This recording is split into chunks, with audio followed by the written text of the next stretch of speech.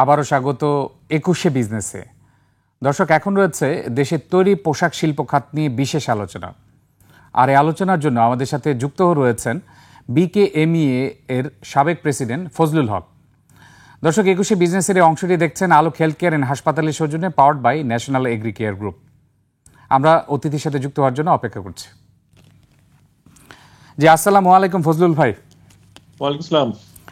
জি ফজলুল ভাই, প্রথমে আপনার কাছে জানতে চাচ্ছি, ৩ দিন বৈঠক শেষেও বাংলাদেশ যুক্তরাষ্ট্র কোনো সমঝোতায় আসতে পারেনি। তাহলে যদি সমঝোতায় না আসে, তাহলে ১ আগস্ট থেকে আমাদের বর্ধিত শুল্ক ৩৫% আর আগের ১৫%, সব কিছু মিলে ৫০%তেই আটকে আছে।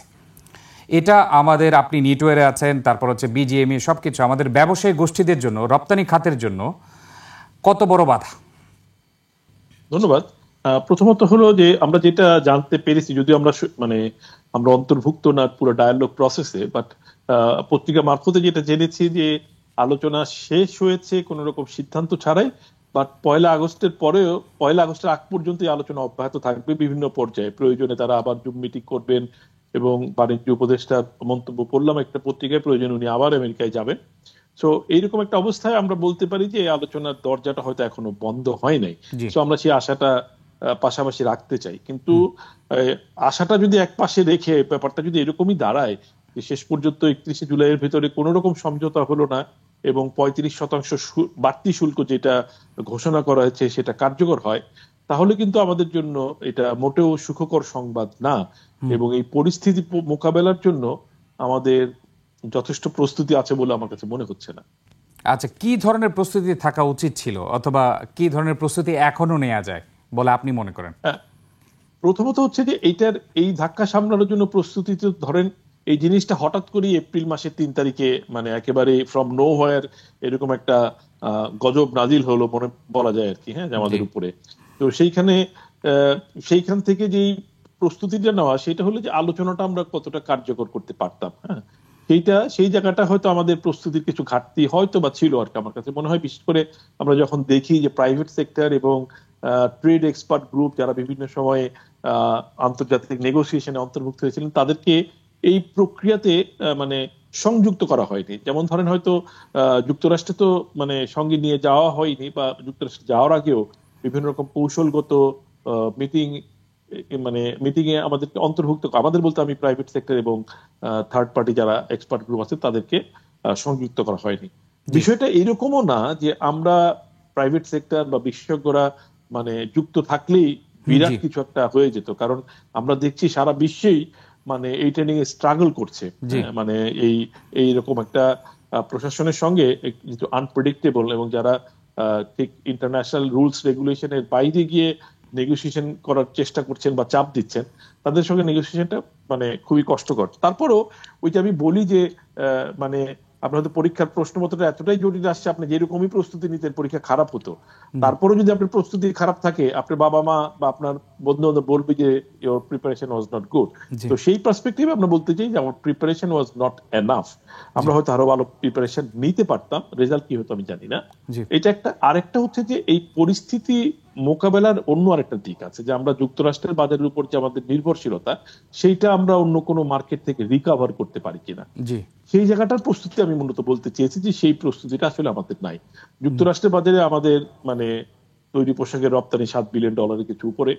তো এই যে $7, $7.5 বা টোটাল আমাদের $8, $8.5 যে রপ্তানি আছে, সেইটাকে রিপ্লেস করার মতন এই মুহূর্তে কোনো অপশন ফজলুল ভাই, আমি যদি একটু ইন্টারাপ্ট করি, আপনি আমাদের আরএমজি সেক্টরে যে টোটাল ভলিউম রয়েছে 40 বিলিয়ন আমি ধরে নিলাম, 39.সামথিং। এই ক্ষেত্রে ইইউতে 50% রয়েছে। যুক্তরাষ্ট্রের বিকল্প বাজার হিসেবে ইইউতে এখন থেকে আরও জোর দেওয়া যায় কিনা। আর এর সাথে আমি অ্যাড করতে চাই, যুক্তরাষ্ট্র তো ইইউকেও 30% বর্ধিত শুল্ক আরোপ করেছে, ইইউ এবং মেক্সিকোকে। এটাও আমাদের জন্য কোনো ফেভার নিয়ে আসতে পারে কিনা? না, এটা আসলে আমাদের কিন্তু কোনো ফেভার না, বরং আমাদের কিছু ডিসফেভার নিয়ে আসতে পারে। এই কারণে, কারণ ইউর যদি রপ্তানি কমে যায়, হ্যাঁ, ইউর যদি রপ্তানি যুক্তরাষ্ট্রে কমে যায় এবং ধরেন মেক্সিকো আমাদের একটা নতুন বাজার, তো তাদেরও রপ্তানি যদি যুক্তরাষ্ট্রের বাজারে কমে যায়, তাহলে হবে কি তাদের অর্থনীতিতে কিন্তু একটা অস্থিরতা, একটা সংকট দেখা দিবে এবং তার ফলশ্রুতিতে কি হবে, তারা যেটা আমদানি করছে সেই আমদানির পরিমাণ কমিয়ে দিতে পারে, নর্মাল থিওরিতে সেটা বলে। তো সেই ক্ষেত্রে কিন্তু আমাদের মানে ইউ থেকেও মানে আমাদের যে মানে রপ্তানি, সেই রপ্তানির চাহিদা কিছুটা কমে যেতে পারে, যেটা আসলে বিকল্প হওয়া দরকার। আপনি যেটা হয়তো বলতে চাচ্ছেন যে আমরা এই $8 বিলিয়ন যেটা আমরা হয়তো পুরোটা আমরা লস করবো না ইউএস মার্কেটে, আমার ব্যক্তিগত ধারণা হয়তো যদি এইরকম ধারাই অব্যাহত থাকে তাহলে $3-4 বিলিয়ন আমাদের লস হলেও হতে পারে। তো এই $3-4 বিলিয়ন আমাদের রপ্তানি ইউরোপে এই মুহূর্তেই বাড়ানো খুব সহজ হবে না। সেক্ষেত্রে অপ্রচলিত বাজার ভূমিকা রাখতে পারে কিনা? আপনি জানেন যে অপ্রচলিত বাজারে আমাদের রপ্তানি বেড়েছে, অপ্রচলিত বাজারকে আমরা ফোকাস করতে পারি কিনা এখন? এটা অবশ্যই আমাদের ফোকাস করতে পারি না, আমাদের ফোকাস করাই উচিত, আমাদের করা উচিত এবং খুব ডেসপারেটলি করা উচিত। কিন্তু মানে ব্যাপারটা হলো কি, আপনি এই $3 বিলিয়ন বা $4 বিলিয়ন মার্কেট ডেভেলপ করার জন্য অনেক সময় লাগবে। এটা আসলে আমি চেষ্টা করলি আর ঝাঁপিয়ে পড়লাম আর কালকে আমাকে অর্ডার দিয়ে দিল, ব্যাপারটা এরকম না। সো এটার জন্য হয়তো আরো আগামী 1-2 বছর বা 3 বছর সময় লাগতে পারে অপ্রচলিত বাজারে এইরকম একটা ভলিউমে আসার জন্য। সো সেই পর্যন্ত ধরেন যারা যুক্তরাষ্ট্রের বাজার থেকে ক্ষতিগ্রস্ত হবে তারা সেই পর্যন্ত অপেক্ষা করতে পারবে কিনা, সেই পর্যন্ত টিকে থাকতে পারবে না, বিশেষ করে ছোট মাঝারি কারখানা যারা ক্ষতিগ্রস্ত হতে পারে এই রপ্তানি কমে যাওয়ার জন্য, তারা টিকে থাকতে পারবে কিনা, সেই প্রশ্নটা কিন্তু এখানে অনেক বড়। জি, আর এক্ষেত্রে রপ্তানি পণ্যের বৈচিত্র্যতা নিয়েও আসলে আপনারা ভাবছেন কিনা? কারণ আমাদের যদি প্রোডাক্ট ডাইভার্সিফিকেশনের কথা বলি, সেটা কিন্তু একেবারেই নেই। 8টি পণ্যে আটকে আছে ফুল রপ্তানি খাত। নিট পোশাক, ওভেন পোশাক, চামড়া, কৃষিজাত পণ্য, হোম টেক্সটাইল, পাট ও পাটজাত পণ্য, প্রকৌশল পণ্য এবং মাছ, এই 8টি পণ্যে আটকে আছে টোটাল রপ্তানি। তাহলে প্রোডাক্ট ডাইভার্সিফিকেশন প্রয়োজনীয় কিনা? প্রোডাক্ট ডাইভার্সিফিকেশন তো অবশ্যই প্রয়োজনীয়। প্রোডাক্ট ডাইভার্সিফিকেশন, মার্কেট ডাইভার্সিফিকেশন, আপনি যত বেশি ডাইভার্সিফাইড হবেন তত বেশি আপনি সেফ থাকবেন, হ্যাঁ, তত বেশি সেফ থাকবেন এবং তত বেশি আপনার রপ্তানি উন্নত হওয়ার সম্ভাবনাটা বাড়বে। এখন এইখানে প্রোডাক্ট ডাইভার্সিফিকেশনের দুটো দিক আছে। একটা দিক হলো যে তৈরি পোশাক ছাড়া অন্যান্য যে 8টি পোশাক, অন্য যে 6টা পোশাক আপনি বললেন নিট এবং ওভেন ছাড়া, তাদের যে সম্ভাবনা, সেই সম্ভাবনাটাও কিন্তু আমরা গত 10, 15 বা 20 বছরে যেরকম অমিত সম্ভাবনার কথা শুনেছি, সেই সম্ভাবনা অনুযায়ী কিন্তু রপ্তানিটা তারা কাঙ্ক্ষিত লক্ষ্যে পৌঁছতে পারে নাই আমার ধারণা। এবং কারণটা কি আমি জানি না, যেহেতু আমি সেক্টরের লোক না। আমি উইথ ডিউ রেসপেক্ট আমি শুধু এটুকু বলি যে আমরা যত সম্ভাবনার কথা শুনেছি, মানে সেই সম্ভাবনা অনুযায়ী মানে রপ্তানিটা ওই পরিমাণ বাড়ে নেই। আর প্রোডাক্ট ডাইভার্সিফিকেশনের ক্ষেত্রে ইভেন উইদিন গার্মেন্টস, নিটওয়্যার এবং ওভেন, উইদিন গার্মেন্টস আমাদের প্রোডাক্ট ডাইভার্সিফাই করার অনেক স্কোপ আছে। হ্যাঁ, আমরা ধরেন আমরা এখনো কটন বেসড প্রোডাক্টের উপর নির্ভরশীল। আমরা সারা পৃথিবী এখন ম্যানমেড ফাইবার বেসড প্রোডাক্টের দিকে ঢুকছে, সেই জায়গাতে আমাদের ঘাটতি আছে। আমাদের হাই ভ্যালু আইটেমের দিকে আমাদের ঘাটতি আছে। সো এই সবগুলো দিকে আমাদের আসলে এখন মনোনিবেশ করা দরকার, যে এই সম্ভাব্য ক্ষতি, যুক্তরাষ্ট্রের বাজার থেকে সম্ভাব্য ক্ষতিকে পুষিয়ে নেওয়ার জন্য এবং আমাদের যে অগ্রযাত্রা রপ্তানির ক্ষেত্রে, আমাদের গত 2-3 দশকের যে অগ্রযাত্রা, সেই অগ্রযাত্রাটা ধরে রাখার জন্য আমাদের এই ডাইভার্সিফিকেশন গুলি। জি ফজলুল ভাই, আমাকে শুনতে পাচ্ছেন? হবে না। হ্যাঁ, এই সময়টা, এই যে আপদকালীন সময়টা, এই সময়টা কারখানাগুলো যারা ক্ষতিগ্রস্ত হতে পারে তারা কিভাবে টিকে থাকতে পারে, অ্যাটলিস্ট এই ম্যানুফ্যাকচারিং প্রসেসটা ঠিক থাকতে পারে, তাহলে আবার আপনার সম্ভাবনা তৈরি হবে, তখন আবার আপনার ক্যাপাসিটি বিল্ড আপ হবে না। তো একটা জটিলতা এখানে আছে। জি, আপনি দেখেছেন কোভিডের সময় স্টিমুলাস দেয়া হয়েছিল আমাদের রপ্তানি খাতকে ধরে রাখার জন্য। এক্ষেত্রে এরকম এক্সেপশনাল কোনো ধরনের স্টিমুলাস অথবা কোনো কিছু কি আসলে এই খাতকে সহায়তা করতে পারে এখন? মানে আসলে কিছু একটা করা দরকার। এখন শুধু স্টিমুলাস দিলেই হবে কিনা, ঋণ দিলেই হবে কিনা, ব্যাপারটা এরকম না। কিন্তু এর জন্য একটা ডায়ালগ দরকার, কিন্তু সেই ডায়ালগটাই আমরা আসলে মিসিং দেখছি। আমি যেটা বারবার বলার চেষ্টা করছি যে private sector is not engaged in the whole process. হ্যাঁ, এইটাকে নিয়ে আমাদের সম্ভাব্য ক্ষতি থেকে কিভাবে বেরোনো যায়, সরকার কি সহায়তা করতে পারে, আমরা কিভাবে নিজেদেরকে আরো প্রস্তুত করতে পারি। সরকার একলা করলে তো হবে না, আমাদের নিজেদেরও মানে প্রস্তুতি নেওয়া দরকার, নিজেদের দক্ষতা বাড়ানো দরকার, নানান রকম বিষয় আছে। সো এইগুলোর জন্য একটা কন্টিনিউয়াস, খুবই ইন্টেন্সিভ ডায়ালগ দরকার এবং এই ডায়ালগ প্রসেসটাই মানে আমার দৃষ্টিতে এই মুহূর্তে মিসিং, অ্যাবসলিউটলি মিসিং। জি, আপনি বারবার বলছিলেন যে প্রাইভেট সেক্টরকে এনগেজ করা হয়নি। আপনারা তো আসলে প্রাইভেট সেক্টর থেকেই তো আমাদের রপ্তানি আয় আসে এবং আপনারা আসলে প্রবলেমটা আরও ভালো করে বুঝতে পারবেন। এক্ষেত্রে সেটি হোক অর্ডার ক্যান্সেলেশন, সেটি হোক যাই হোক, আপনারা সবার আগে বুঝতে পারবেন সেটা। আপনাদেরকে এই প্রাইভেট সেক্টর কেন অন্তর্ভুক্ত করা হচ্ছে না, এর পিছনে কি কোনো কারণ রয়েছে? এটা তো আমি বলতে পারবো না। এখন যারা অন্তর্ভুক্ত করছে না, ডাকছে না আমাদের, আমরা তো ধরেন আমরা সবসময়ই মানে প্রোঅ্যাক্টিভলি প্রাইভেট সেক্টর, আমরা বলতে আমি প্রাইভেট সেক্টরের কথা বলছি। ইভেন ধরেন এই যে এই শুল্ক আরোপের পরেও যে ডোনাল্ড ট্রাম্প মহোদয় চিঠি দেওয়ার পরেও প্রাইভেট সেক্টরকে কিন্তু ডাকা হয়নি। কিন্তু আমি যতটুকু জানি প্রাইভেট সেক্টরের কিছু প্রতিনিধি নিজেদের উদ্যোগে সরকারের যারা পলিসি মেকার তাদের সঙ্গে 2-3 দিন আগে একটা বৈঠক করেছেন। বাট উদ্যোগটা কিন্তু প্রাইভেট সেক্টরের পক্ষ ছিল। কিন্তু যারা অভিভাবক, দেশের অভিভাবক, রাষ্ট্রের অভিভাবক, যারা আমাদের অভিভাবক, অর্থনীতির অভিভাবক, তারা কিন্তু আমাদেরকে ঠিক ডাকছেন না যে আসো আমরা বসি, কথা বলি, তোমাদের সমস্যা কি। এবং সমস্যা তো তারাও বুঝতে পারছেন যে সমাধানের উপায় কি, সেখানে সরকারের কিছু করণীয় আছে কিনা, প্রাইভেট সেক্টর কি করতে পারে, যৌথভাবে আমরা কি করতে পারি, এই জিনিসগুলো নিয়ে খুব দ্রুত বৈঠক করা দরকার। কারণ আমরা যদি বারবার ওইটাই মনে করি যে আমরা বিপদ থেকে এর আগেও অনেকবার উদ্ধার পেয়েছি, তো এবারও কিছু হবে না, এরকম একটা ধারণাও কারো কারো ভিতরে প্রচলিত আছে। কিন্তু সেটা যদি না হয় ভালো, খুবই ভালো কথা। কিন্তু আমাদের প্রস্তুতি, সতর্কতা, এইগুলো আমি নিব না। হ্যাঁ, গত ঝড়ে আমার গাছ এই বাড়িঘর কিছু ক্ষতি হয় নাই, সেই জন্য এইবার ঘূর্ণিঝড়ের আগে আমি সতর্কতা নিব না, এইটা খুব যৌক্তিক কথা না আর কি। জি, আমরা আরো আলোচনা করব যে কিভাবে প্রস্তুতি নেওয়া যায়, এবং আমরা আরেকটু জানতে চাইবো ম্যানমেড ফাইবার নিয়ে, এবং এটি কেন বাংলাদেশে এখনো সম্ভাবনা তৈরি করতে পারছে না। একটা ছোট্ট বিরতিতে যাচ্ছি দর্শক, এই পর্যায়ে নিচ্ছি একটা বিরতি, ফিরছি একটু পরেই, ততক্ষণ আমাদের সঙ্গেই থাকুন।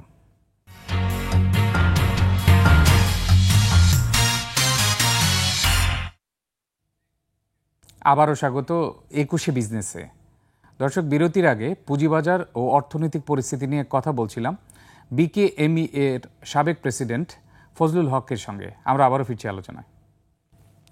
ফজলুল ভাই, আপনার কাছে জানতে যাচ্ছি, আমরা পত্রিকায় দেখেছি ওয়ালমার্টের একজন আমদানিকারক 9 লাখ পিস সাঁতারের পোশাক ক্রয়াদেশ স্থগিত করেছে। এই ক্ষেত্রে এরকম ইনসিডেন্ট আরও ঘটেছে কিনা, আপনাদের কি জানা আছে এই ব্যাপারে? এটা সুনির্দিষ্ট তথ্য, আসলে তো ওইভাবে ইন্ডিভিজুয়াল ফ্যাক্টরি তথ্য খুব বেশি জানার অবকাশ নেই। কিন্তু এটা যেটা ঘটেছে এটা খুবই স্বাভাবিক, কারণ সবাই এখন স্থগিত রাখতে চাইবে। এখানে একটা বিষয় হচ্ছে যে যুক্তরাষ্ট্রের যে আইন, সেই আইনে আপনি 31শে জুলাইয়ের ভিতর যদি পণ্য জাহাজীকরণ করতে পারে, তাহলে পরে এই নতুন শুল্কের আওতায় এটা আসবে না। তো যারা মনে করছেন তাদের অর্ডার গুলো এইরকম অবস্থানে আছেন যে যেটা 31শে জুলাইয়ের ভিতরে কোনো অবস্থাতেই জাহাজীকরণ করা সম্ভব না, তারা হয়তো নিজেরাই স্থগিত করছে অথবা বায়ার স্থগিত করছেন। কারণ এই বাড়তি শুল্কের বিষয়টা সলভ না করে আমি ধরেন আমার একটা তৈরি পোশাক অর্ডার আছে, আমি কাপড়টা কেটে ফেলি নেই এখনো, হ্যাঁ, কাটিং হয়নি, তার মানে কাপড়টা অক্ষত আছে, এটা দিয়ে আমি অন্য অর্ডার আবার করতে পারবো। ওয়ান্স আমি এটা কেটে ফেললাম, ওয়ালমার্ট হোক বা ওয়াল্ট ডিজনি হোক বা যেই বায়ারই হোক, গ্যাপ হোক, তার অর্ডার মতো কেটে ফেললাম, তখন কিন্তু এটা আমি আর অন্য বায়ারের কাছে আর সেল করাটা অত সহজ হবে না। তো ফলে যেখানে যে প্রক্রিয়াতে আছে ওইটা স্থগিত করাটা এই মুহূর্তে হয়তো কম তুলনামূলকভাবে যুক্তিসঙ্গত। তো সেই কারণে যে এই শুল্কের সুরাহা না হওয়া পর্যন্ত যে সমস্ত পণ্য 31শে জুলাইয়ের ভিতরে সুনিশ্চিত জাহাজীকরণ করা যাবে না, সেই সমস্ত পণ্যের রপ্তানি অনিশ্চিত হয়েই থাকবে, এটি স্বাভাবিক। এবং এই ঘটনা শুধু একটা না, আমার ধারণা এরকম ঘটনা আরো অনেকের সঙ্গে ইতিমধ্যেই ঘটেছে। আমরা আজকের পত্রিকাও দেখেছি অনেকগুলো, আজকে একটা প্রধান জাতীয় দৈনিকে অনেকগুলো কারখানার রেফারেন্স দিয়ে নিউজ ছাপা হয়েছে। তো এরকম যারা যুক্তরাষ্ট্রে রপ্তানি করেন, এই মুহূর্তে আমার যুক্তরাষ্ট্রে রপ্তানির কোনো অর্ডার পাইপলাইনে নাই, আমি সেই ক্ষেত্রে অনেকটা সৌভাগ্যবান। তো কিছুদিন আগেও ছিল, আমি মার্চে বোধহয় আমাদের সর্বশেষ শিপমেন্ট আমরা করেছি। তো এইটা একটা জটিল পরিস্থিতি, কোনো সন্দেহ নাই। এবং এইখানে প্রায় আমার ধারণা $1.5 থেকে $2 বিলিয়ন অর্ডার, যেটা প্রসেসে থাকে নরমালি, সেরকম একটা অর্ডার এরকম একটা অনিশ্চিত অবস্থার ভিতরে পড়ে যেতে পারে। জি, $1.5 থেকে $2 বিলিয়ন অনেক। এক্ষেত্রে আপনার কাছে আরেকটি বিষয় নিয়ে আসতে চাই, ম্যান মেড ফাইবার বিশ্বের অন্যান্য দেশ ঝুঁকছে, কিন্তু বাংলাদেশ কেন ঝুঁকতে পারছে না? আর এই ফাইবারের প্রতি ডিপেন্ডেন্সি এতটা বেশি কেন?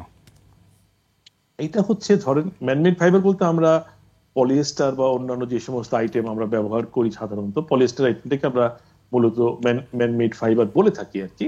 তো এই ম্যানমেড ফাইবার বা অন্য আরো ভেরিয়েশন আছে, পলিয়েস্টার জাস্ট বোঝার জন্য বললাম, নাইলন আছে, মানে আরো অনেক ভ্যারাইটি আছে। তো এইগুলোতে হচ্ছে যে দীর্ঘদিন আমরা দেখেছি যে কটন বেসড প্রোডাক্টের একটা মানে বিশাল চাহিদা মানে পশ্চিমা বিশ্বে। তো তখন ছিল যে পলিয়েস্টারটা ঠিক মানে খুব সহনশীল ছিল না, পলিয়েস্টার পরলে গরম লাগতো, অস্বস্তি লাগতো, এটা একটা পলিয়েস্টারের নেচার ছিল। কিন্তু সাম্প্রতিক সময়ে পলিয়েস্টারের গুণগত মান এত বেশি উন্নত হয়েছে যে এটা আপ টু সাম এক্সটেন্ট অনেক ক্ষেত্রে এটা ইভেন মোর কমফোর্টেবল দেন কটন। তো এই জন্য মানে পলিয়েস্টার আইটেমের মানে বা ম্যানমেড ফাইবার আইটেমের চাহিদা, এবং ফ্যাশনও আপনি ধরেন, ফ্যাশনে আসলে নতুনত্ব আনতে হবে, না হলে ফ্যাশন বিজনেসটাও টিকবে না, আপনি একই জিনিস কতদিন আর কিনবেন। হ্যাঁ, তো ওইখানেও তাদেরকে ওই আপনি যে জন্য আমরা অনেক সময় বলে থাকি ফ্যাশন ঘুরে ফিরে আবার 10-12 বছর পরে একই রকম স্টাইল চলে আসে, একই রকম ফ্যাব্রিক আসে। তো এখন হয়তো আমরা ম্যানমেড ফাইবারের দিকে ঝুঁকছি, হয়তো 10 বছর পরে গিয়ে দেখা যাবে আবার সবাই কটনের দিকে ঝুঁকছে। তো যাই হোক, এটা হচ্ছে চাহিদা বাড়ার কারণ। আর আমাদের অবস্থাটা হচ্ছে যে আমরা যেহেতু কটন বেসড, আমরা ঠিক পলিয়েস্টার বা ম্যানমেড ফাইবারের যে প্রথমত এই কাঁচামালটা আমাদের দেশে নেই, সেটা কিন্তু বড় কথা হচ্ছে এইটার যে প্রসেস, এই প্রসেসে আমাদের এখানে দক্ষ লোক নাই, এবং এই প্রসেসের ইনভেস্টমেন্টটা অনেক বেশি। ম্যানমেড ফাইবারকে মানে এটা সুতা থেকে মানে কাপড় করা পর্যন্ত যে প্রসেস, সেটা কটনের প্রসেস চাইতে এটা আরো এক্সপেন্সিভ। তো এই বিশাল একটা বিনিয়োগ এখানে একটা বড় চ্যালেঞ্জ, এবং বিনিয়োগের পাশাপাশি দক্ষ জনশক্তি সেইখানেও আমাদের যথেষ্ট অভাব আছে। সো এইটা কাটিয়ে ওঠার জন্য একটা ম্যাসিভ প্রোগ্রাম দরকার, যে প্রোগ্রামটা নেওয়া হয়নি এখনো, বা এটা টুকটাক বিভিন্ন মানে এন্টারপ্রেনিয়ার তাদের সাধ্যমতো তাদের ক্ষমতা অনুযায়ী তারা নিচ্ছেন, বাট সেইটা মার্কেট ডিমান্ড অনুযায়ী যথেষ্ট না। ফলে আমাদের রপ্তানি প্রবৃদ্ধিও আগামী দিনে খুব বেশি বাড়বে না যদি আমরা এই নতুন ভেরিয়েশনে আমরা যদি নিজেদেরকে মানে মিলাতে না পারি। জি, 1 আগস্টের পরে কি করণীয় একটু যদি সংক্ষেপে বলতেন, বিকেএমই এর সাবেক সভাপতি হিসেবে এবং সব খাতের জন্যই কি করণীয়?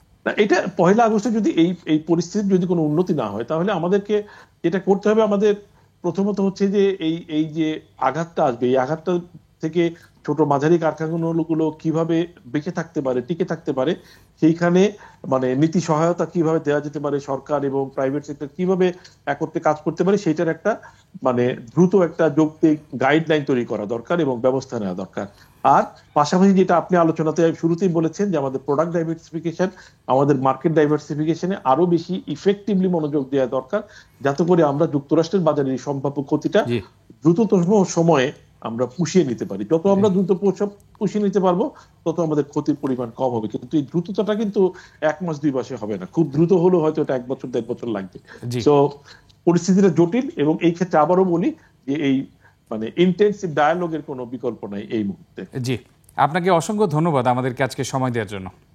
আপনাকে ধন্যবাদ। দর্শক, এতক্ষণ দেশের তৈরি পোশাক শিল্প খাতের নানা দিক ও করণীয় নিয়ে কথা বলছিলেন বিকেএমইএ এর সাবেক প্রেসিডেন্ট ফজলুল হক। দর্শক, নিচ্ছে একটা বিরতি। দুপুর 2টা 30 মিনিটে আবারও ফিরে আসবো 21শে বিজনেসে। দেখার আমন্ত্রণ রইল, 21শে সঙ্গেই থাকুন।